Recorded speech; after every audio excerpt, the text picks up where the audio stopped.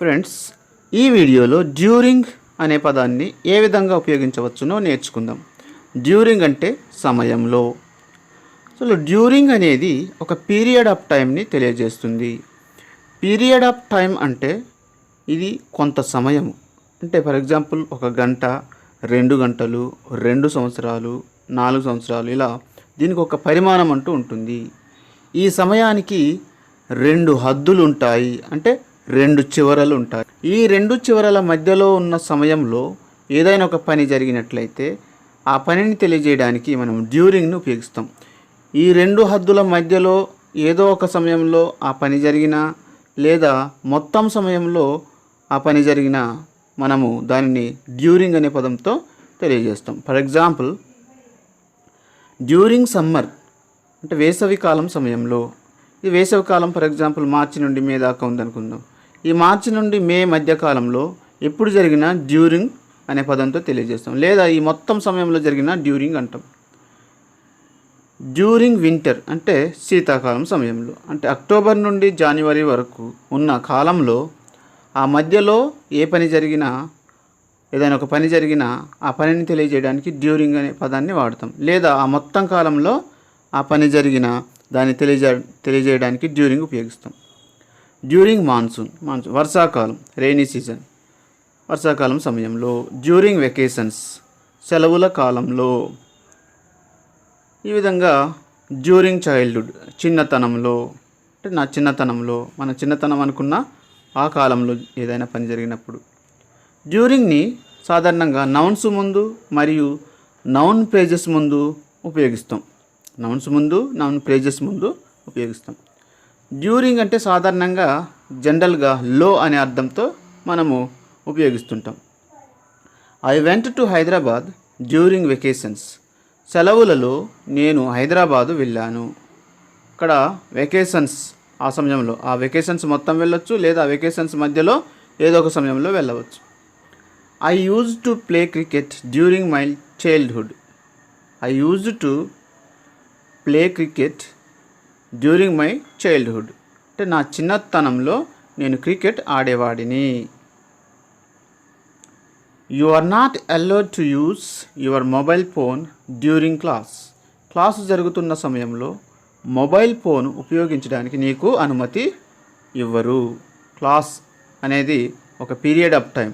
ఆ క్లాస్ జరిగే సమయంలో మనం మొబైల్ ఫోన్ అనుమతించరు అనేది మనం డ్యూరింగ్ ఉపయోగించి చెప్పాం. I switched on the light during the night. Night అనేది ఒక పీరియడ్ ఆఫ్ టైం. దానికి ఒక కొంత సమయం అంటూ, దానికి 2 హద్దులు అంటూ ఉన్నాయి. ఆ సమయంలో లైటు ఆన్ చేసే ఉన్నాను అని తెలియజేస్తున్నాం.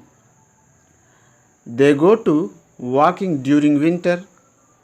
He read 9 hours during his final examinations. My friend disappeared during excursion. I was so tired during journey. They have been killed during the war. They have been killed during the war అంటే యుద్ధ సమయంలో వారు చనిపోయారు, వారు చంపబడ్డారు. Numbers ముందు, lengths ముందు, అంటే numbers lengths అంటే పొడవు, దూరాలు, వాటి ముందు డ్యూరింగ్ని ఉపయోగించకూడదు. For example, during 4 years. 4 years అనేది 4 అనేది ఒక నంబర్, దాని ముందు డ్యూరింగ్ వాడకూడదు. During 3 years, during 5 kilometres, during 1 hour etcetera. వీటి ముందు మనము డ్యూరింగ్ ఉపయోగించకూడదు. వీటి ముందు ఏం ఉపయోగించాలంటే, నెంబర్స్ వచ్చినప్పుడు ఫర్ ఉపయోగించాలి. For 5 years, for 2 years, for 3 kilometres, for 1 hour, ఇలా మనం ఫర్ ఉపయోగించాలి. They lived in Hyderabad during 4 years.